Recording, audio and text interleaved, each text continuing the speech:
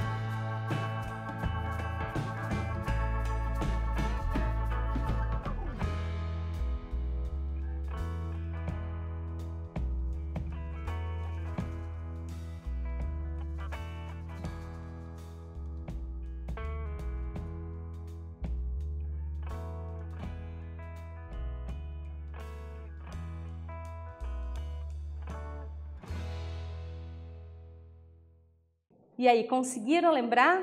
Ah, lembrou só 1, 2? Não tem problema. Então, vamos junto aqui recapitular, né? Então, quais eram esses elementos, né? Esses elementos para fazer as tintas no tempo das cavernas eram o quê? Os elementos da natureza, a materialidade era tirada da natureza. Então, como, por exemplo, né? O carvão, a argila, né? O barro era utilizado, sangue de animais, fezes, folhas, frutos, então pedras coloridas. Essas materialidades tiradas na natureza eram utilizadas para fazer, né, as pinturas rupestres e criar as tintas. Pigmentos, né? Então, um dos elementos para a criação de tinta é o pigmento. Então, o que é o pigmento? É uma substância natural, né?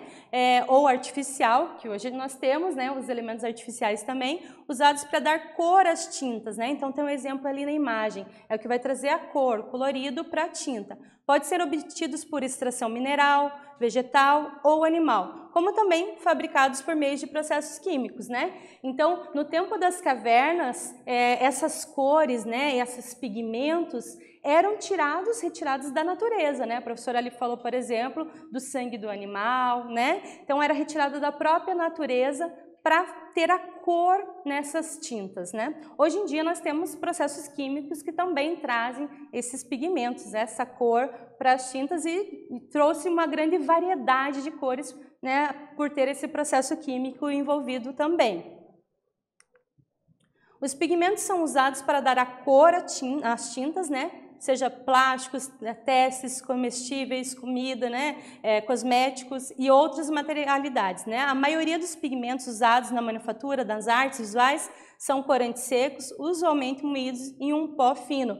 Então, se a mãe faz aquele chocolate colorido, né, ela tem esse corante artificial que é comestível, que é utilizado ali no alimento. Então, ele pode ter também outros, né, pigmentos que são utilizados, por exemplo, para tecido, para plástico e para diversos, né, materiais diferentes para dar essa cor, né, esse colorido que nós temos aí no nosso povo brasileiro, que está cheio de cor. Então, os pigmentos são tirados, né, de formas ou da natureza ou de forma processo químico, para dar essa cor, seja plástico, a tecido, papel, as nossas comidas também, tá bom? A grande diferença entre uma tinta natural e uma comprada é a composição, né? Como ela é feita, com os processos que ela passa, tá bom? Então, as naturais são feitas com partes de flores, plantas inteiras, cascas, raízes, frutas, terras, entre outros, né? Que a professora citou aqui quando a professora falou da arte rupestre, das pinturas feitas nas cavernas. Então, a tinta natural, ela pega os elementos da natureza, né? As cascas, folhas, frutos, né? Os elementos que estão ali no cotidiano, no dia a dia.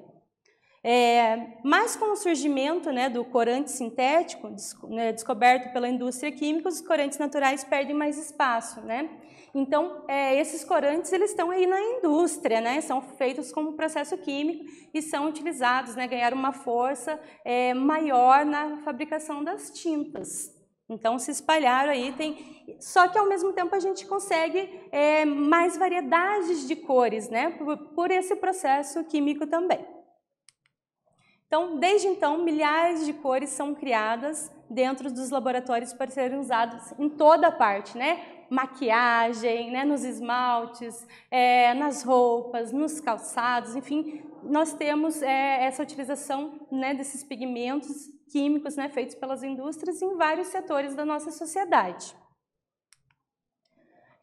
As tintas usadas nessas pinturas eram extraídas da natureza, né? Então, o preto, né? Preto associado à noite, né? A morte, a cor preta era obtida do carvão na madeira. Então, no Egito, os elementos da natureza, além de trazer a questão do pigmento, da cor, eles também tinham a referência ao quê, né? Essa cor representava algo, né? Então, o preto aqui, por exemplo, representando a morte, né? Então, era obtido através do quê? Do carvão. Então, tinha também, a cor também traz a questão da simbologia, o que vai representar. E cada povo, né, vai representar a sua maneira. Então, para os povos, né, do Antigo Egito, o preto era associado a morte, né? Então, retirado ali do carvão, né? Da madeira, então, retirado de uma forma natural. O branco, né? Onde que o branco era extraído ali no Egito, né? Do cal, do gesso, né? Simbolizava o quê? A pureza, a verdade. Então era muito simbólico também, representando essa leveza, né? O povo egito tem a questão religiosa muito presente, né? A questão da morte ali, então dos deuses está muito presente. Então cada cor vai fazer referência também a isso. O vermelho, né, que representava a energia, o poder, a sexualidade, e era encontrado em substâncias, né, os ócres, na terra. Então, ali no barro ia ter o vermelho, né, então, também representando várias coisas. Agora iremos falar sobre o outro elemento, né, o aglutinante. Professora, o que é isso? Né? Aglutinante, o que é isso? Né? Então, os aglutinantes são substâncias que ajudam a fixar, né, a manter as tintas sobre suportes. Exemplos, resinas, gema de ovo, óleos, entre outros. Então, os aglutinantes eles vão fazer com que as tintas elas permaneçam por mais tempo. Por isso que nós conseguimos ver as pinturas rupestres até hoje, né? Porque eles usavam também esses aglutinantes, né? A gordura ali dos animais era misturada a essas tintas também, e por isso que a gente consegue ver essas obras de arte até hoje. Então aqui a têmpera, né, por exemplo, é uma técnica de pintura na qual os pigmentos ou os corantes podem ser misturados com um aglutinante. Esse aglutinante pode ser uma emulsão de água e ovo, né? Essa técnica de pintura foi largamente utilizada na arte italiana nos séculos, né, 14 e 15, tanto em afresco como painéis de madeira preparados com gesso. Então, afrescos são aquelas pinturas que eram feitas, né, com o gesso ainda mole, né, de se trabalhar e colocado ali a tinta e misturado ali na obra, tá? Então, eles utilizavam para fazer, olha que legal que fica, né, ali o resultado. Então, trazendo toda a beleza, né, toda a questão religiosa que está ali também presente, trazendo também essa questão, essa composição ali da têmpera, né? Essa técnica diferente que mistura a emulsão ali de água, ovo nos seus aglutinantes. No entanto, a tinta a óleo rapidamente ultrapassou a têmpera de ovo e popularidade, né, devido à sua maior versatilidade, por permitir mais longo período de trabalho a uma aplicação mais sutil. Então, o artista com a tinta a óleo ele podia ficar mais tempo, né, criando mais detalhes à sua obra. Ele não precisava se preocupar que ali a obra ia secar e ele não ia poder terminar. Ele tinha um tempo maior para desenvolver a sua criação. Então, por isso ela ganhou um espaço maior ali na sociedade, né? Então, aqui um exemplo da obra, né, de Virgem das Rochas, que vocês estão vendo aqui. Muito legal, né, gente? Olha a questão do claro e escuro sendo trabalhado nessa obra, né? Muito bacana. Então, as formas arredondadas e requintadas, modeladas, né, características do Renascimento, não teriam sido possíveis sem as qualidades contidas na tinta a óleo, né? Então, assim, os detalhes, no Renascimento eles tinham uma preocupação muito grande em retratar, né, com o máximo de perfeição, né, trabalhando a luz e a sombra, o claro e o escuro. Então, esse tempo dessa tinta, né, então ajudava muito, porque tinha mais tempo para fazer esse processo de criação, trazer essa riqueza de detalhes, né, preparar ali minuciosamente cada pedacinho da obra. Por fim, temos os solventes. Eles são utilizados para diluir a tinta, né? Assim como para limpar os pincéis, as paletas, após a sessão de pintura. Os solventes fabricados, né, para uso artístico devem ser totalmente voláteis, o que significa que, ao evaporar-se da mistura da tinta, não devem deixar qualquer resíduo. Existem os solventes industrializados e os naturais com água, né? Então, os solventes eles vão ajudar na limpeza desses materiais, porque se você pintar ali, né, deixar a tinta a óleo no pincel, se você não tiver um solvente, ela vai grudar, você não vai conseguir mais usar esse pincel depois. Então, ele é utilizado para limpar esses materiais, para poder, esses instrumentos de trabalho, para poder fazer as outras obras, né? Então, traz essa importância também o solvente para as obras. Diferenciam, né, os aglutinantes de solventes, tá bom? Então, agora é com vocês.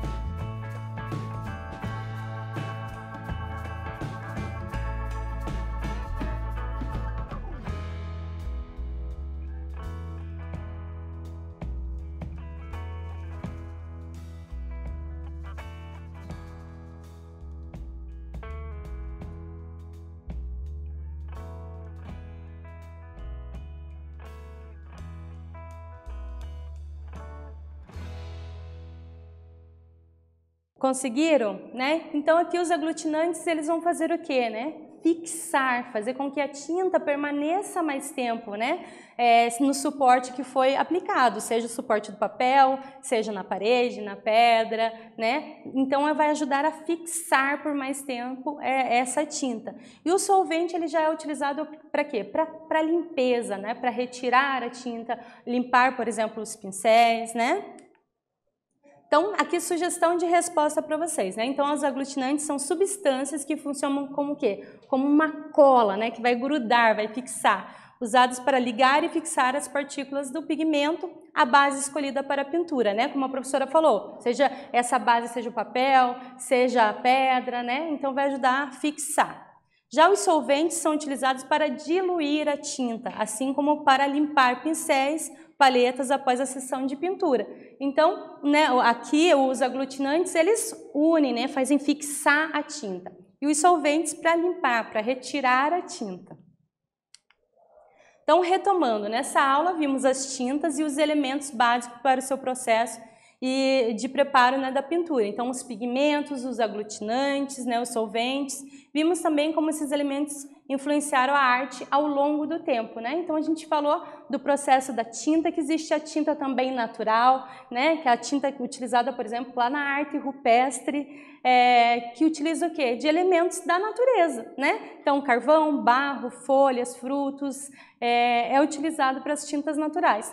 E as tintas também artificiais, né, que utilizam de processos químicos, mas em ambas vão ter, né, os três elementos, os aglutinantes, né, vai ter todo o processo para a tinta ali, né, precisa do solvente, precisa do pigmento, que é o quê? A cor, né, a cor é o pigmento, então precisa desses três elementos para a criação das tintas. Então, nessa aula, né, nós falamos sobre os aglutinantes, sobre os solventes. Espero que vocês tenham apreciado e até breve.